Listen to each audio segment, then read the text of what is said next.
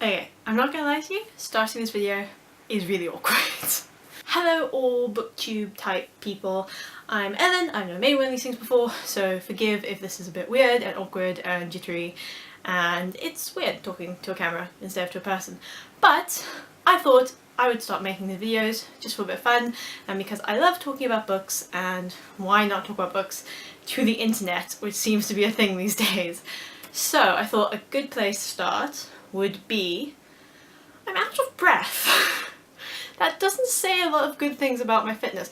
Anyway, I thought a good place to start would be with my 2016 favourites. I've seen a lot of these videos, I love watching these videos, and I thought it would be nice to talk about my favourite books from last year because they're books that I really loved and hopefully will find easy to talk about, and they're the sort of books that I just want to shout about and thrust into absolutely everyone's hands.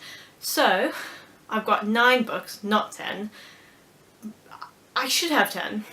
Really, that's a good round number. But there were only really 9 that I felt very, very passionately about talking about. So instead of just coming up with another random one, I thought, let's go with 9. So I've got 9 books to show you. I've got 2 novels, 1 poetry collection, 3 non-fiction, and the thing over there, that's why I'm sort of looking over there. 3 non-fiction, 2 YA books, and then my absolute favourite book of the year, which happens to be a YA book. So, let's go. Okay, so the first book I want to talk about is this gorgeous book right here. Look at this, look how pretty. It's so pretty just everywhere. I love this cover so much. Anyway, this is Michelle Faber's The Book of Strange New Things, and I deliberated for probably way too long about whether or not this was one of my favourites of last year, and ultimately I concluded that it had to be, and I had to talk about it in this video, because it has stayed with me and I've probably thought about this book more than almost any other book I think I've maybe ever read. This is the sort of book where the images will just stay with you, and the thoughts contained in here will just stay with you, and the beautiful writing will just stay with you. It stays in your mind and it buries in there and doesn't go away. So it has to be a favourite just for that reason, and it's the sort of book that I know I will probably reread more than once because I really thought it was really great and there was a lot of really great stuff in here.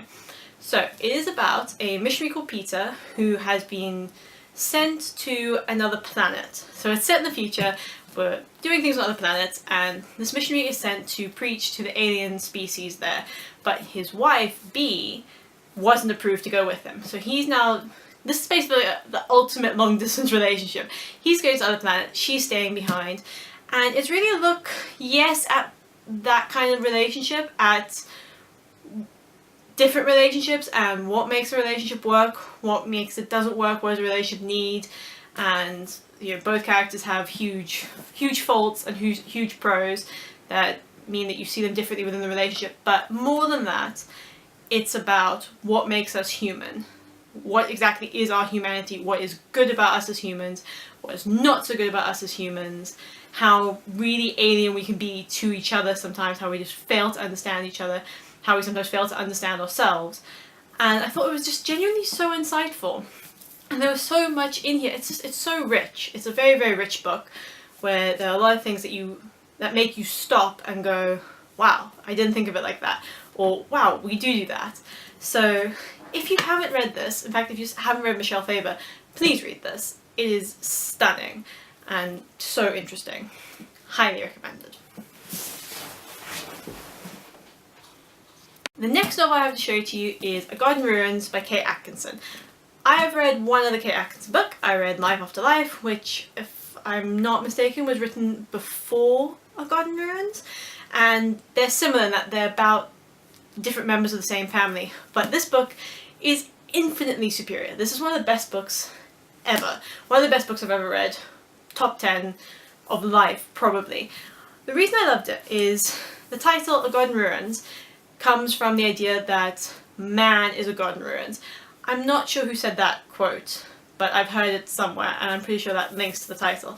This is a semi-historical fiction novel in that the main character fights in World War II. He's a fighter pilot, but it also takes place before and after World War II. It basically spans the life of a boy called Teddy. It takes you from his birth to his death, more or less.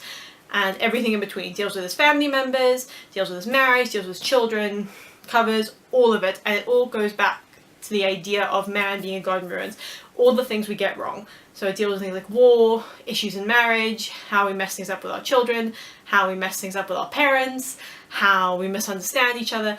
Can you see a theme?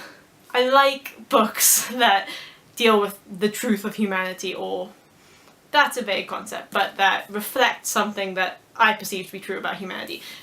The Book of Strange New Things does that. This book definitely does that. It is brilliantly written, and it's quite long. It's like 550 pages, and I read this so quickly. I read this in my reading week when I was at uni. I'm still at uni, but yeah, I read this in my reading week, and I loved it. I thought it was brilliant. Kate Atkinson is so talented. This book has been raved about in loads of reviews that I've read, so read it. Read it. Now we get to poetry collections. I love poetry, I always love poetry, but this has sort of been the year when I discovered that I can love modern poetry. I've always been kind of a poetry purist and only really read slightly older poetry, nothing really written like within the last 15 years, but this book right here, Milk and Honey by Rupi Kaur, has changed that for me because it has shown me that I can love modern poetry. I've read quite a bit of modern poetry since, and I've fallen absolutely in love. I've discovered so many new poets thanks to having read this book. Everyone went nuts for this book. Everyone went absolutely nuts. And that obviously made me want to read it because I was curious as to what all the fuss was about.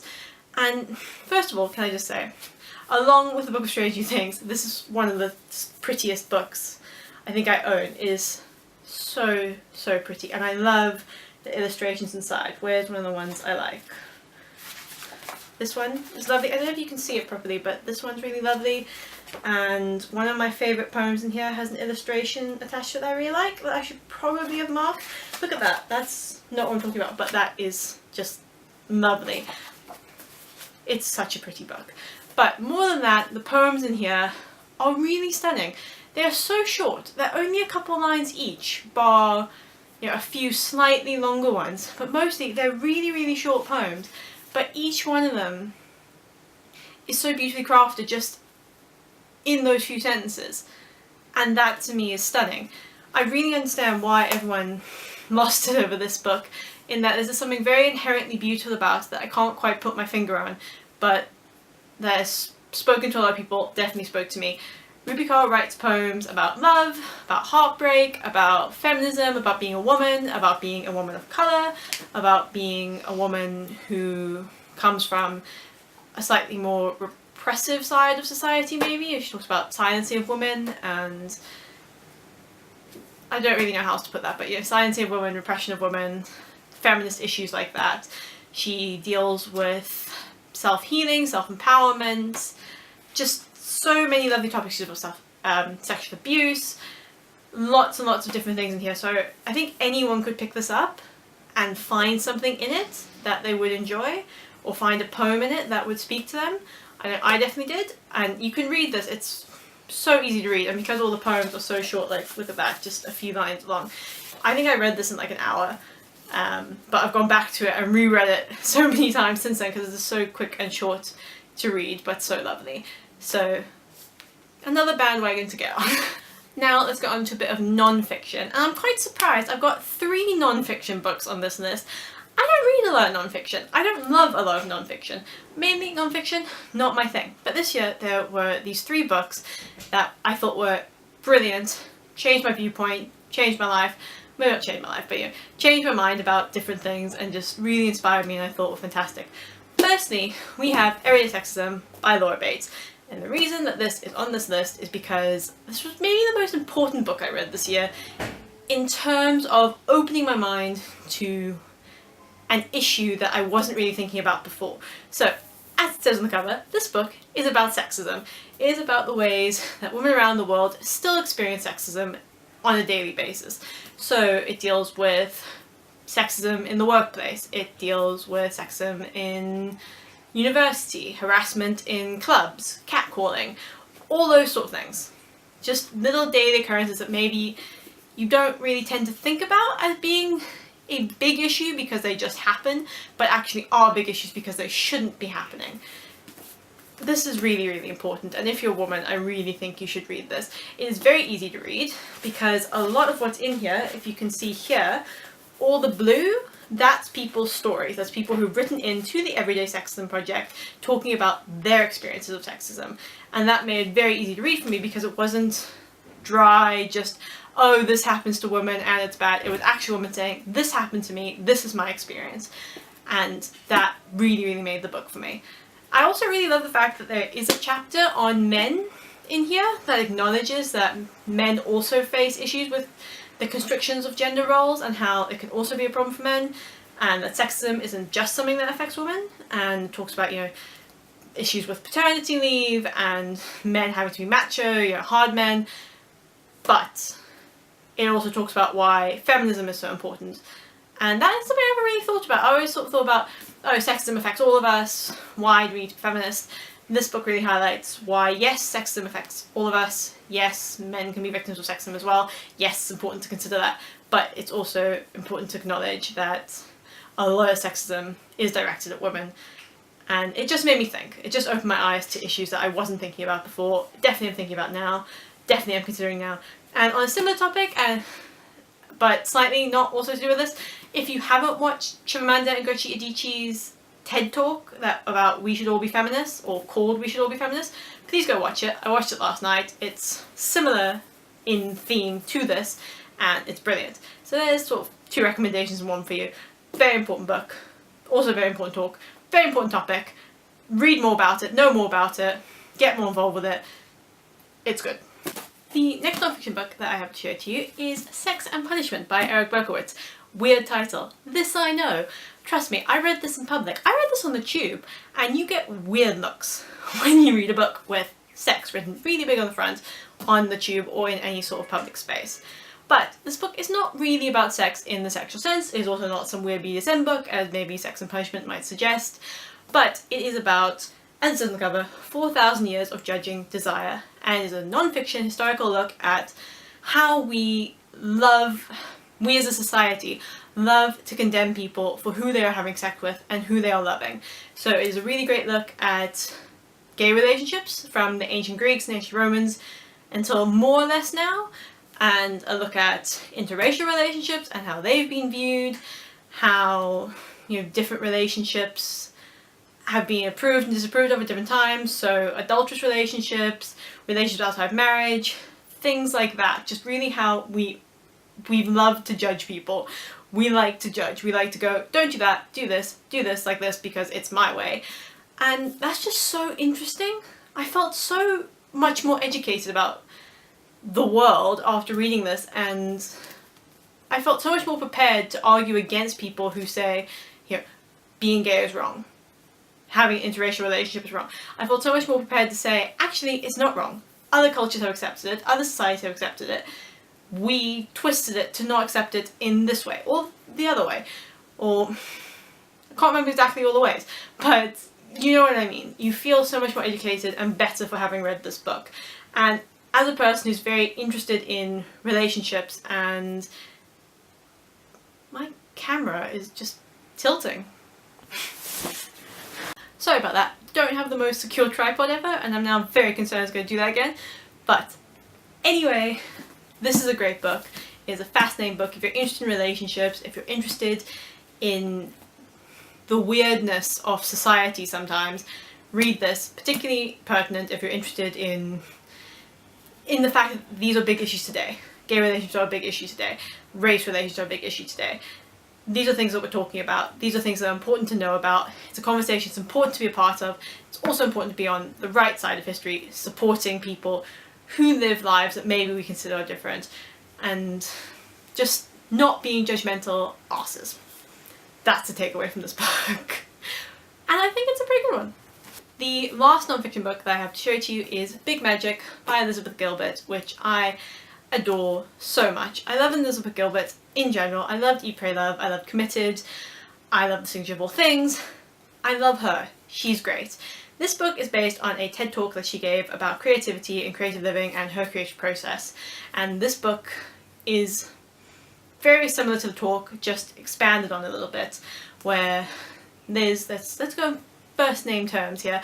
Liz talks about why we should all be creative, why we should create more, why the idea of the tortured artist is actually a terrible idea and we should all let go of that and just all strive to be happy and creative and just better. This is going to make you want to go out into the world and create all the things and do all the things and live all the aspirations that maybe you've been too scared to live before. It is so inspiring. Yes, it's a little bit hippie. There are some ideas in here, like the concept that ideas are living things floating through space that go into your mind because they want to be born, and if you don't act on them, they'll go to someone else. I don't necessarily embrace the concepts as they're set out in the book, but I think that there's practical applications for all of them.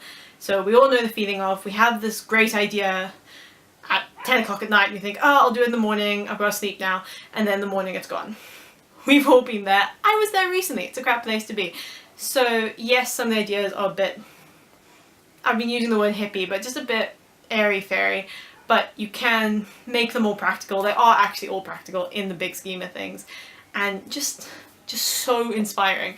Right, now we have come to the YA section of my favourites for the year, and I've got two, both of which I am extremely late for, so I'm not going to talk too much about them because chances are you've read them. Everyone's read them. Everyone got here before me. I'm late, I get it. First off, Looking for Alaska by John Green, and then We Were Liars by E. Lockhart. Where the hell have I been for both these books? I know. Anyway, this book, in case you didn't know, is about a boy who decides he's going to go seek a great perhaps from his sort of life where he doesn't really have many friends, he's not really getting on at school. He decides to go to boarding school in a different state. He makes great friends. He has very interesting experiences, and I loved the idea that by going and trying something and doing something new and different, you will have some great experience, you'll have some sucky experiences, but ultimately you'll be better for having tried. Also, there's just some really interesting, complicated characters in here who you sometimes love, sometimes want to kill, sometimes just want to give a hug to. It's really great in that sense, and really restored my faith in John Green, because I haven't loved him in the past, but a friend told me I had to read this and it would change my mind. And it did. It's great. And then We Were Liars, which I'm very, very late to. Can't believe it took me this long to read it, but this book is amazing. I don't want to tell you anything about it because it's the sort of book you're better off not knowing. All I will say, it is going to really freak you out. It is very dark, and there's bits of it inspired by Shakespeare and by myths and fairy tales. So an adult can read this and there will be a lot in there for them. A teenager can read this and it will still be a great book. Anyone can read this, anyone will be fascinated by it. One of the most brilliant things that I've just ever read. And now we come to my absolute favourite read of the year. This is One by Sarah Crossan. I understand why more people aren't talking about this book. Maybe they aren't, I just haven't heard it, but this book is so beautiful. It is about conjoined twins, Tippy and Grace, who have been homeschooled their whole lives, but when finances get a bit tight, both their mum and dad have to go to work, which means that they have to go to school. And it's about their experiences there. It is about the, what's the right word? How ridiculous some people are towards them, how kind other people are towards them, their general experiences, how being conjoined is just a part of their life. It's not something that they feel makes them weird. It just is their life. It is a stunning look at family relationships, at a sisterly relationship, a very special sisterly relationship. It's a stunning look at how we treat each other. It will make you think differently about people with disabilities, deformities, issues, anything like that. It is beautiful, and it is written in free verse. I don't know if you can see that, but it's written free verse, which basically means it reads like poetry. So while it's a very easy read, it is also an incredibly beautiful read. So that's it. Those were my favourite books of 2016. If there's any there that you haven't read, I really think you should go read them. Just my opinion. And if there's anything that you read in 2016 that you thought was amazing that I should read, please tell me, because I'm always looking for new books to read, as you can see. I like books. Anyway, that's it for now. I shall see you again in a future video. I don't know what that'll be, but we shall see then. Hope you've had a really great day. Bye!